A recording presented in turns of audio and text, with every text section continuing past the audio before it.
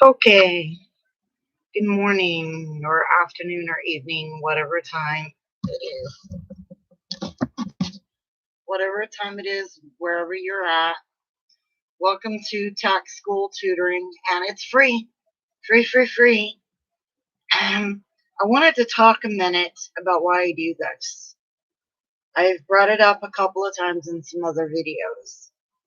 I know what it's like and to get frustrated when you're doing um, this ITC course. I mean, there's things in there that you will not understand, especially as a beginner or a person who's getting ready to do taxes as a beginner. You're not going to understand. So I'm doing this as a helper.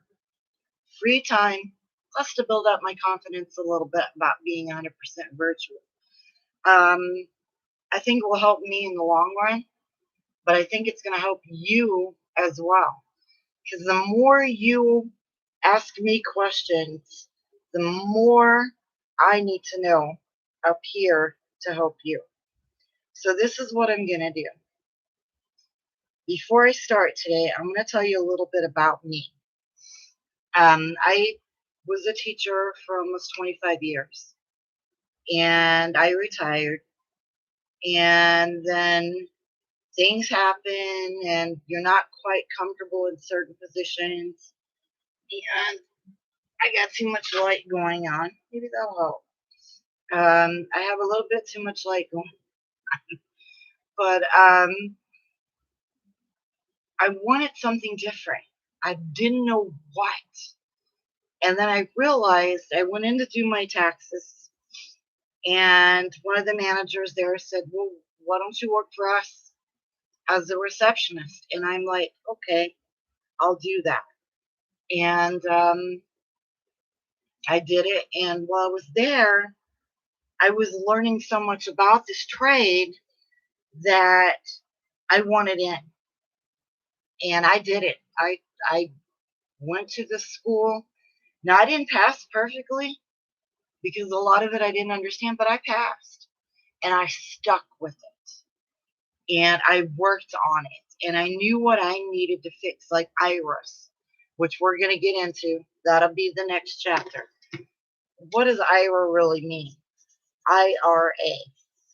We're going to get into those with the next class on Tuesday.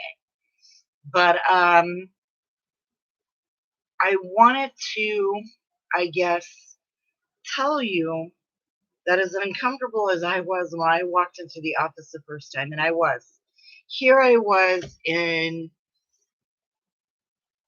some kind of legging black things I bought, and a pretty little sweater, and the little snow boots, and I in my hoops, and I walked into the office, and here's all these people in dresses and suits, and I'm like, that's not me. I'm going to dress nice, but I'm not there for 100% appearance. I'm there to do taxes. And one of the reasons why I'm bringing this up is I don't see a lot of younger people taking this role on. Doing people's taxes is a good thing. You're helping people. You can do it 5 months out of the year. You can do it the entire year. You can eventually learn enough trade and do it at home. I I would like to see younger people get more involved. And while we're talking about it, there are people from all walks of life that do this. There are people from Saudi Arabia. There are people in the US. There are people from Russia. There are tax pros that are all walks of life. But what I would like is to see a younger generation do this. Now, it's work. I'm, I, I, I grant you wrong. It's a lot of work. Some of the classes I may be talking too fast, but I do that because YouTube gives me 20 minutes to work with. Sometimes they'll let me go to 25, but then they cut me. So I want to reach out to young people and say, don't be afraid to switch your job from cashiering into taxes, because if you do this, and then they have what's called leveling up. So that's like a game, I guess, kind of each company wants you to do. You can start off as a tax associate, tax specialist, senior tax specialist, tax analyst, senior tax analyst, and then a master. A master you want to be, but it's going to take some time.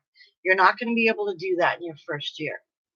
Your first year, you need to learn how to embrace the client, because that client, like we talked about Dana Cloud in the last couple of things we did, we talked about Dana Cloud.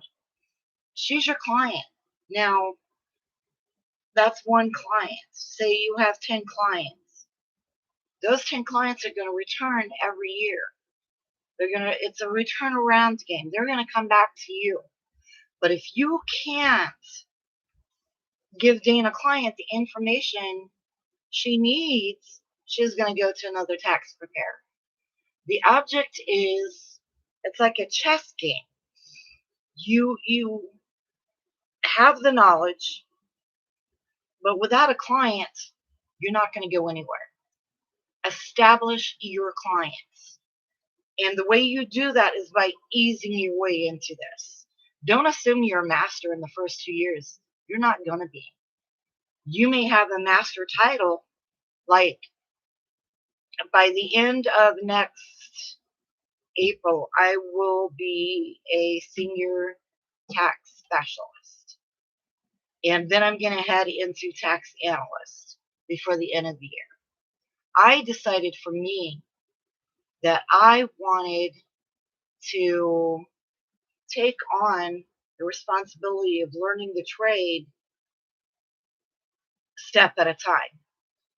A mentor once asked me the question, what do you call a bunch of medical students with low grades? You call them a doctor. And the reason why that is because they're taking the time to learn the trade. Now, this goes for anything. If you want to sell life insurance, or if you want to get into a bigger type of corporation, the corporation that you're going to get into is going to develop around you. Now, grant me, I do this 5 months out of the year. And the rest of the summer, this is what I do. I do training. I also work a second job. That's my choice. It keeps me out of the house. Eventually, I'll be doing this all year long. I'm going to be doing it 5 months out of the year for the company that I work for. But then during the summer, I'm going to be doing it at home as well. I will have the software. I will have what I need to prepare and take care of clients at home. But until I'm ready for that move, learning is what you got. It's like being back in school. You've got to learn. So I've already erased 9 minutes today. So I'm going to move right along. Now, I post this for free. And I'm putting it on my Facebook group page. Same name, you can find me there, Tax School Tutoring ITC. I already have 300 followers, and they ask tons of questions. Tons. Yeah, I only have 6 people in my group because I really don't want to add people to my group. I had to add people to my group to have a group with Facebook. Gotta love Facebook. But I have so many followers, and they're meeting here. And again, I don't show the screen of people asking questions and stuff, because some people feel uncomfortable doing that. So I do it privately. When I'm done with this, I will come and respond to your questions. So I'm going to start here before we run out of time today.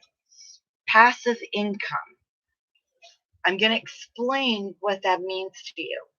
Now, there won't be a lot of questions on your first year ITC, but there will be some. It's just like a full-time job. The only difference is your, how do I see this? The earnings are taxable.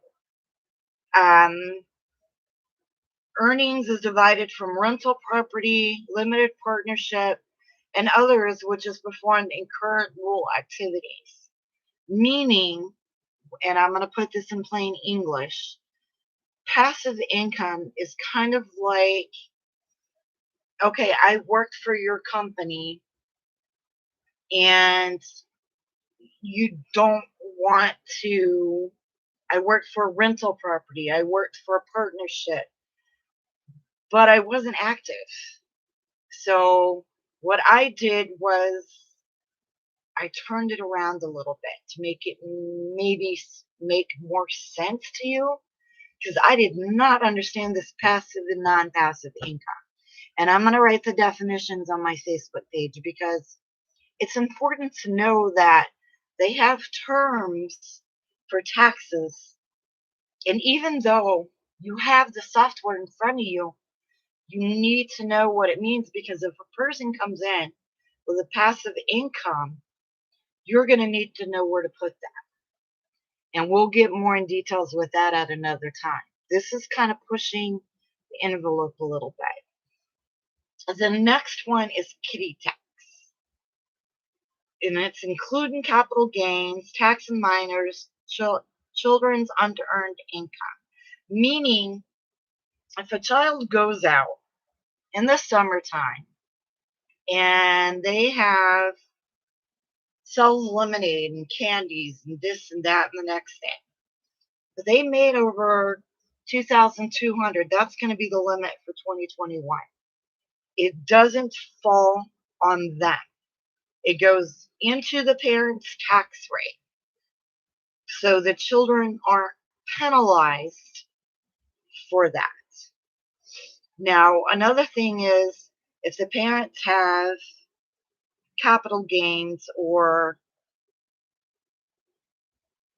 certain kinds of, I want to say, the tax rate that exceeds the limit for 2,200.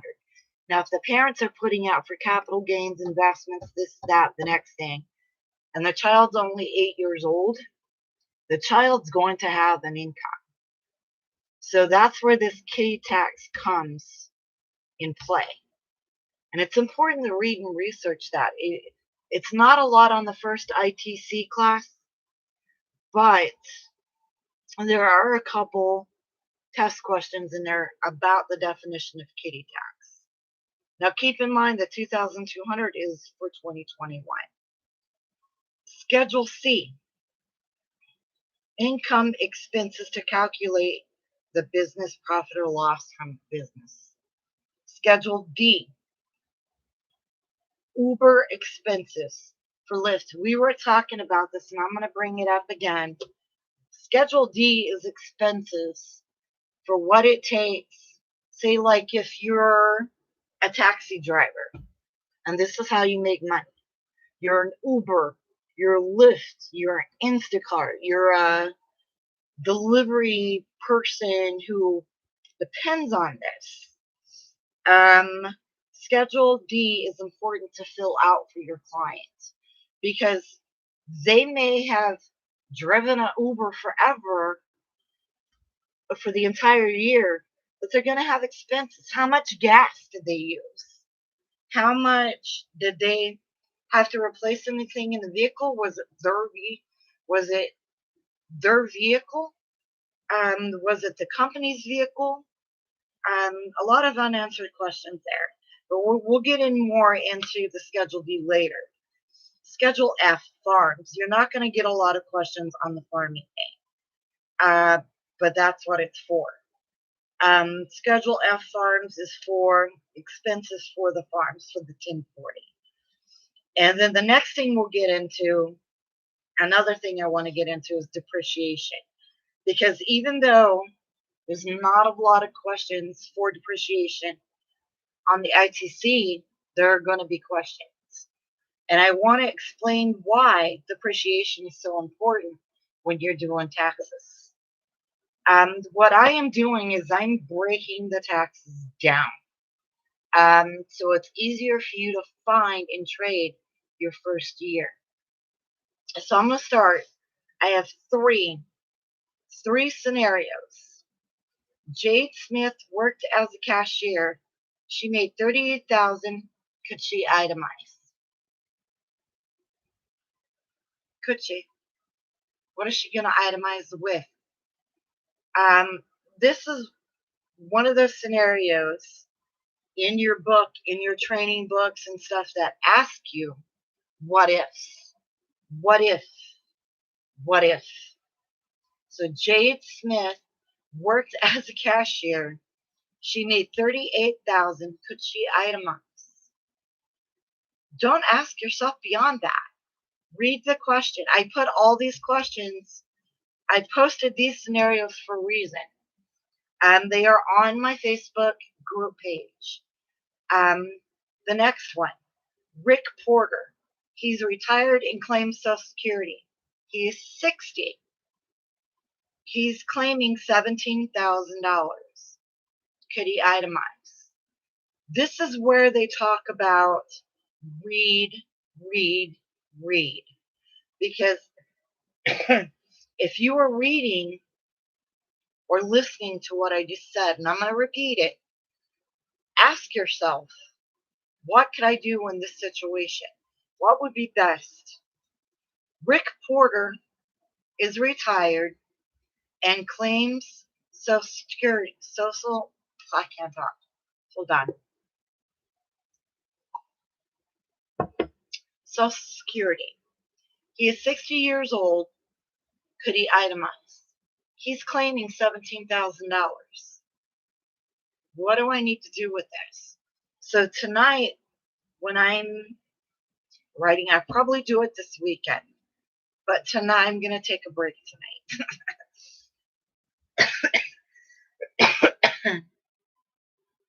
Layla Duty is a Lyft driver.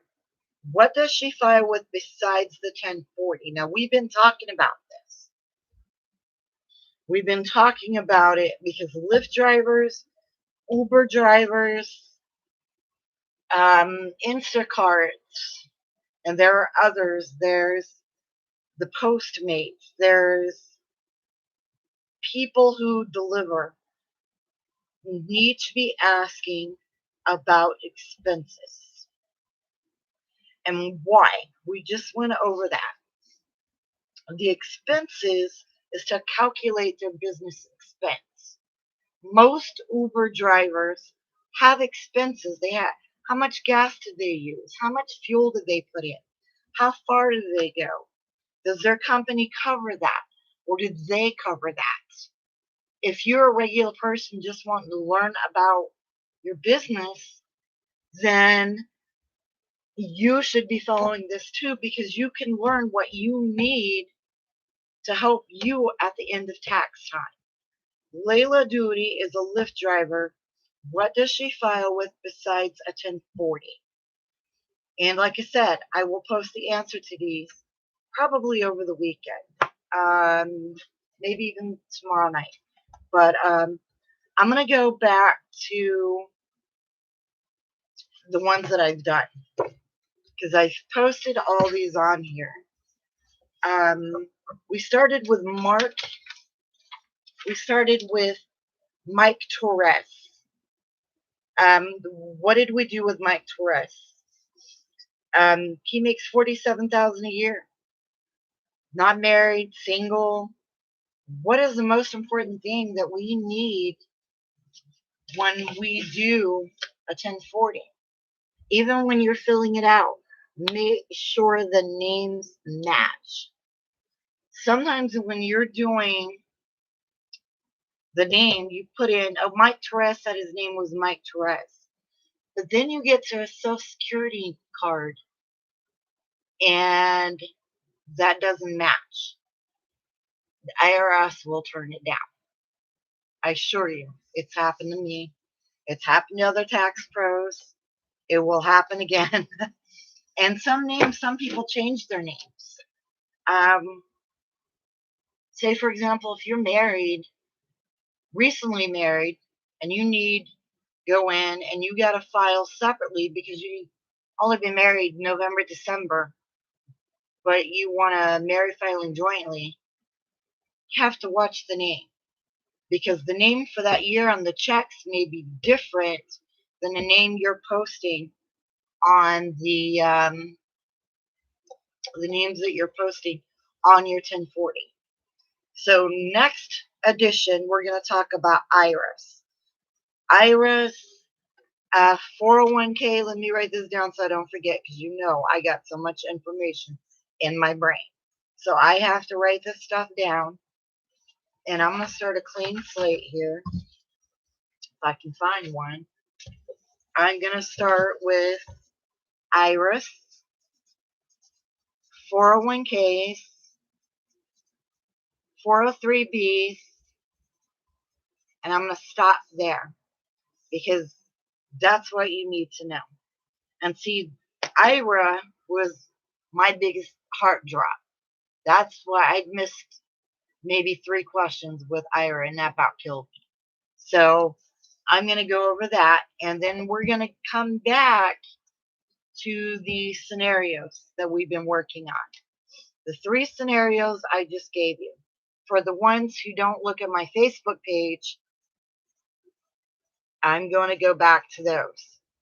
The last 3 scenarios that we did. Last 3. For the ones who don't go to Facebook, that way you can understand them. And Terry, I know that's you. You're trying to do this at work. Jana, welcome to the group. Cody, welcome to the group. Laura, welcome to the group. I want to say welcome you guys for the videos. Not everybody I will post, and I'll say this again, because they're unsure if they want to do it or take the test or they're just learning. The ones who say welcome, I will say welcome back to. And there's a lot of you, so welcome to the group. I started off with 20 people, and now I'm up to 200. So let's keep this growing. Let people know there's a free site that you can learn this trade. And don't be afraid. If you're 21 years old and you want something new, you're tired of working at the car wash, the retail store, let's learn to trade.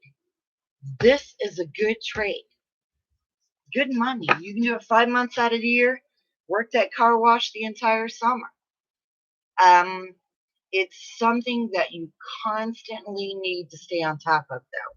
There's a lot of work that comes with doing taxes. And each year, depending on who's president and what changes are made, it changes every year. But like my handbook 2020, my Allstate Quick Finder, the content stays the same, but the prices vary. Like, for example, last year it was, let's go back to 2020. It was $2,000 for children tax credit. This year it's it's $3,600 if you're 5 and under, and if you're 7 and over, it's $3,000. So, and with standard deductions and married filing jointly and head of household, those all go up a percentage every year. So it's something. Another thing I suggest, and I'm going to go because I'm running out of my time, they're going to cut me off, eWire News from IRS.gov. It's free. Keep up with the latest transitions of what's flowing with the IRS. I'm out today. You guys have a good one. Don't forget to follow my Facebook page. It will help you. You guys have a good day. Thanks. Bye, you guys.